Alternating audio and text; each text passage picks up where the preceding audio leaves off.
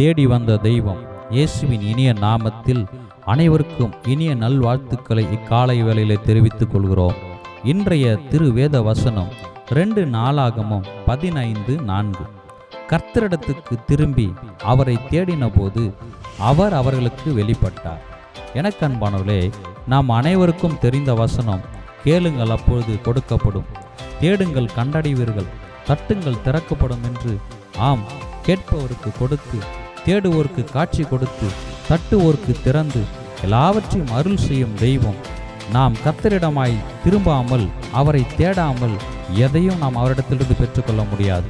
நாம் கர்த்தரிடமாய் திரும்பி அவரை தேடி அவரை நோக்கி பார்த்து அவரையே வாஞ்சித்து கதறினால், தாகத்தோடு ஏக்கத்தோடு நோக்கி பார்த்தால் நிச்சயம் வெளிப்படுவார், நம்மோடு பேசுவார். அந்த மெல்லிய இனிமையான குரலை கேட்க முடியும்.